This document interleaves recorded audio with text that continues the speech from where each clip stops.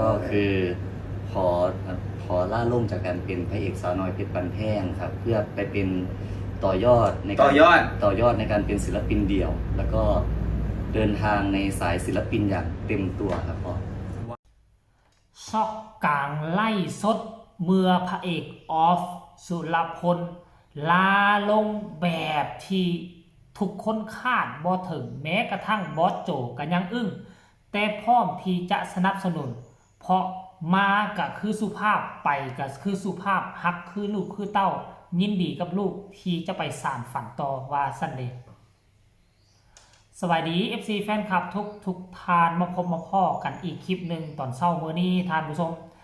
เป็นเรื่องราวเกี่ยวกับศิลปินคนหนึ่งที่มีข้อมูลข่าวสารข่าว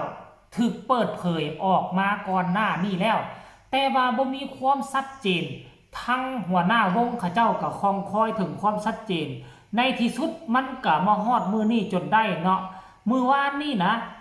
ระหว่างหัวหน้าวงกับพระเอกออฟเพิ่นก็มีการไล่สดขายเครื่องขายของกันกับหัวหน้าวงและกับอินฟูชื่อดังท่านผู้ชมไล่สดในขณะที่ไล่สดอยู่ดีๆทั้งพระเอกออฟเพิ่นก็เนาะเพิ่นก็ยกเอาถาดเนาะถาดผลไม้ถาดหมากไม้หั่นน่ะเอามาใส่ต่อหน้าทั้งบอสโจก็ฮู้แล้วแหละว่ามื้อนี้สิมีการลาลงแต่บ่คิดบ่ฝันว่าเหตุผลของการขอลาลงของพระเอกออฟนั่นจะเฮ็ดให้บอสโจยมนินยิ้มเป้ยยิ้มจังได๋ท่านผู้ชมบอสโจถามว่าเสียใจบ่เพิ่นก็ว่าเสียใจเสียดายบ่เพิ่นก็ว่าเสียดายแต่ว่าจำเป็นต้องปล่อยคนนี้ไปเพราะว่าคนนี้นี่ฮักคือลูกคือเต้าและการที่เพิ่นไปนี่ไปลามาไหว้ไปลามาครอบก่อนจะเข้าก็เข้ามาตามประตูก่อนจะออกก็ออกไปตามประตูก็เลยจะซัพพอร์ตทุกอย่างถึงแม้ว่าพระเอกออฟจะบ่อยู่ในเครือของสาวน้อยแต่ก็พร้อมจะช่วยเหลือสนับสนุน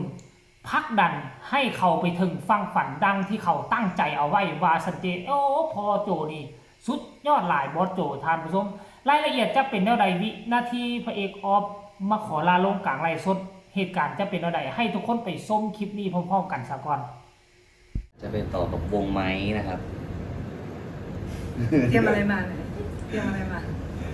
คือเอาคือทุกคนจะมาลาลงเขาเตรียมกระเช้ามาหาพ่อใช่ไหมกระเช้าแบรนด์ใช่ไหม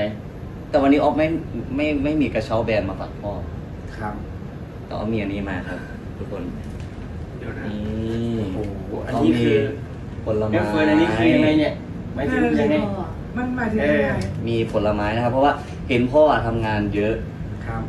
ทุกคนพ่อโจเป็นคนที่ทำงานเยอะมากออฟอยู่หลังเวทีออฟจะเห็นทุกอย่างวิ่งอยู่คนเดียววิ่งหน้าตั้งอยู่คนเดียวทำเกือบทุกหน้าที่เราเห็นทุกอย่างขายของเนี่ยฝนตกแดดออกยูพรีเมียมคือทำงานตลอดเวลาเกือบ24 ชั่วโมงออฟนอนไปแล้วนะตื่นมาเอาพ่อยังไงอยู่6 โมงเช้าตั้งแต่คือแบบพ่อเป็นคนที่ทำงานหนักมากแล้วก็เป็นคนที่ให้โอกาสคนเยอะมากๆไม่รู้ทุกคนเห็นไหมแต่ส่วนตัวออฟเห็นเพราะว่าออฟอยู่ใกล้ชิดพ่อโจมานานแล้วจนตอนเนี้ยไม่ได้ใส่ชีวิตกับพ่อแบบใกล้ชิดแล้วก็ได้เห็นว่าเฮ้ยพ่อก็เป็นคนหนึ่งที่ให้โอกาสเด็กๆให้โอกาสออฟนะครับแล้ววันนี้ก็อยากขอบคุณพ่อโจนะครับเพราะมีอย่างไรมีผลไม้มาให้พ่อบำรุงนะครับครับขอบคุณครับพี่ออฟครับจะให้พ่อได้บอกก่อนเนาะครับขอบคุณมากนะครับนี่ส่วนพี่ออฟสุรพลนี่ถือว่าหักเด็กครับหักนะครับเขาจะตัดสินใจไปในทิศทางไหนเอาตรงๆไม่ห้ามเลยคนนี้ไม่ห้ามนะครับเพราะว่าเขาเป็นคิดว่าเขาเป็นผู้ใหญ่พอและเขามักสิ่งใดเขาจะต้องการแบบไหนเราไม่ห้ามเขาไม่เฟิร์นเขาคงตัดสินใจของเขาได้ว่าอย่างนั้นอย่างนี้เราสนับสนุนทุกทางที่ผ่านมาเขาก็สนับสนุนทุกทางแและที่ผ่านไปอีกนี่จะอยู่หรือไม่อยู่ผมก็พร้อมทำหน้าที่จะสนับสนุน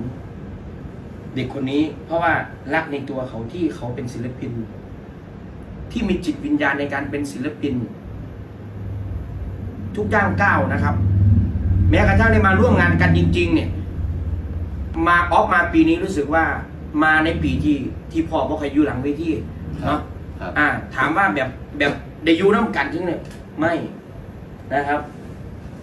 ทุกปีก่อนหน้านี้นี่โอ้โหพ่อจะอยู่หลังเวทีแล้วก็ได้แบบสนิทคิดเชื่อกับ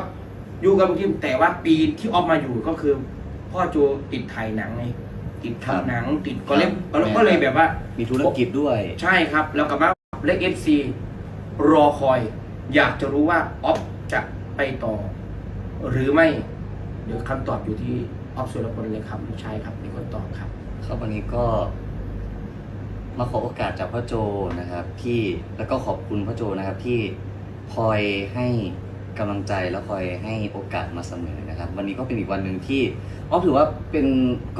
นเลิกษ์ดีเหมือนเดิมครับ เพราะว่าจะมาขอโอกาสจากพ่อเนี่ยนะครับ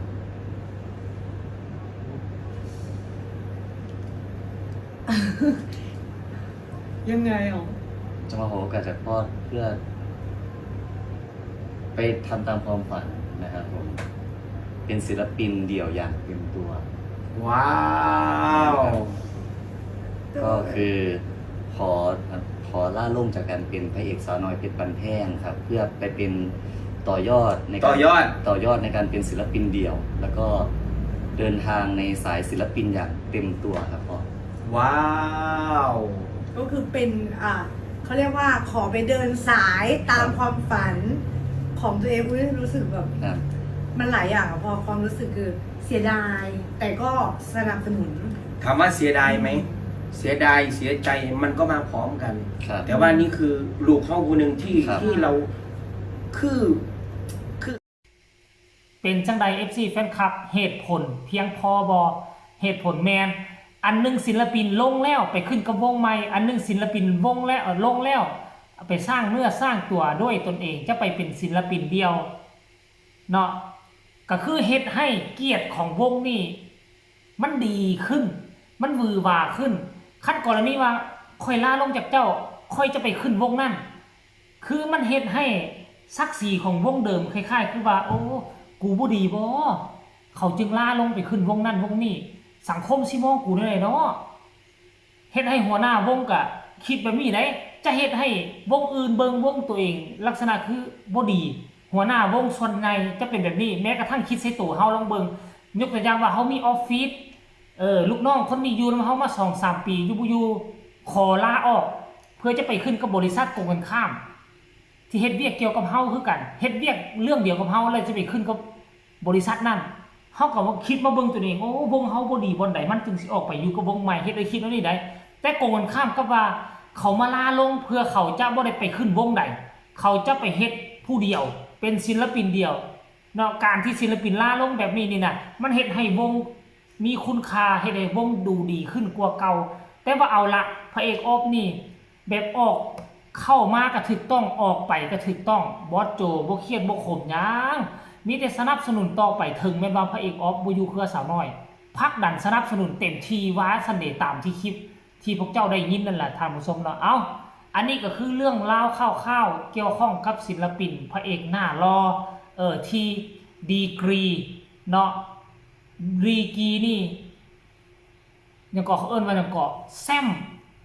ซมรายการดังของหมอลำได้ทุกคนเลยของเฮียหน่อยนะปีแรกด้วยซ้ำไปดีกรีบ่ธรรมดาไผก็อยากได้แต่ว่าพระเอกออฟบ่ไปอยู่น้ำไผจะไปเป็นศิลปินเดียวชัดเจนบอสโจยิ้มหวานท่านผู้ชมสำหรับคลิปนี้ก็ลาท่านผู้ชมไปเพียงสำนี้ก่อนเด้อทุกคนสบายดี